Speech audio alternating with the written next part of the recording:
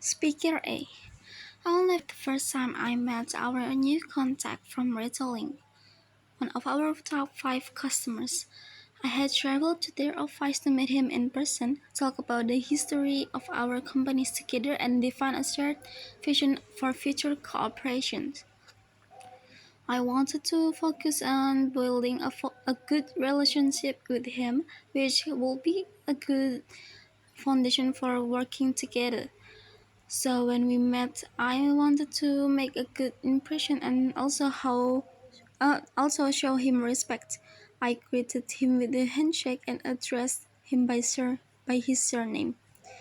When I put my hand out, I realized he had been moving in to give me a hug. So we did an awkward mixture of the two. Also, we when I greeted him by his surname, he responded politely.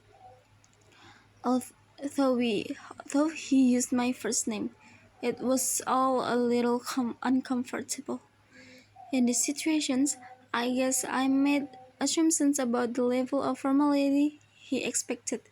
Even though he had never met me before, he knew our two companies had been doing business with each other for years, and he wanted to build on that history by being less formal with me from the beginning. The real learning here for me was that I shouldn't assume we all have the same ideas about meeting people for the first time. Speaker B. I'd never worked with a virtual team on international project before. It was quite exciting, though also challenging to work with people from different countries, many of whom I would never actually get to meet in person. There were a lot of things that were different about working in the same office, and it was quite challenging at the beginning. For example, there was different time zones, different IT systems, and even different local regulations, which impacted on what each person was allowed to or able to or to do for able to do for the project. There were also interpersonal differences, such as different ways of working, approaches to deadlines, and when to reply to emails.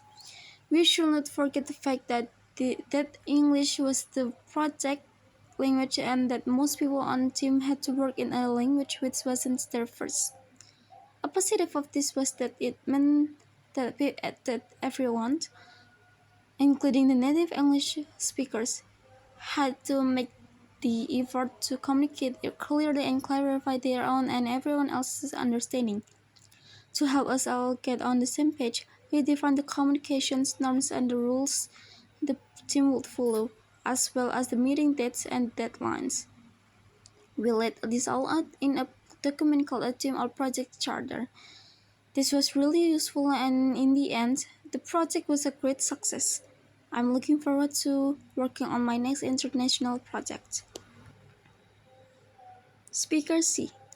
I went through a bit of rough patch last year at work. I was really committed to too much, and then we lost a team member through restructuring, and I quickly became overloaded. This led me to doing too much overtime and feeling very stressed. My boss was really helpful, and she pushed back against the unrealistic targets that had been set for our documents. She also introduced me to the SMART approach to goal setting. It's an acronym, SMART. You use it to create goals that are specific, measurable, achievable, relevant, and timely.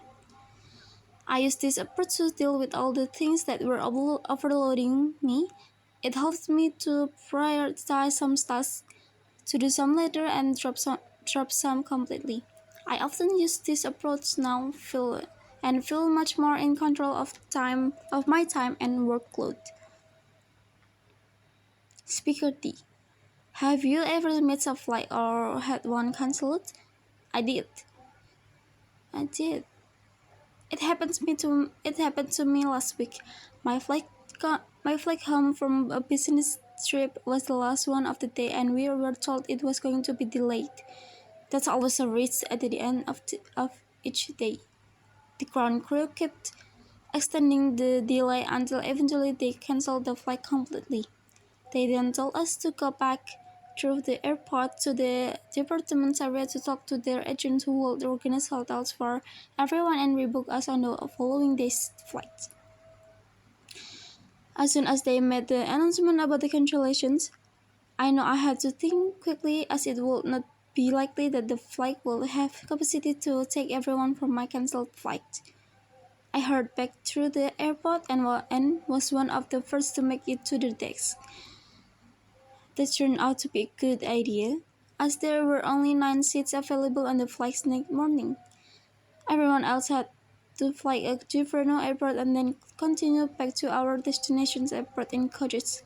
Lucky me, right?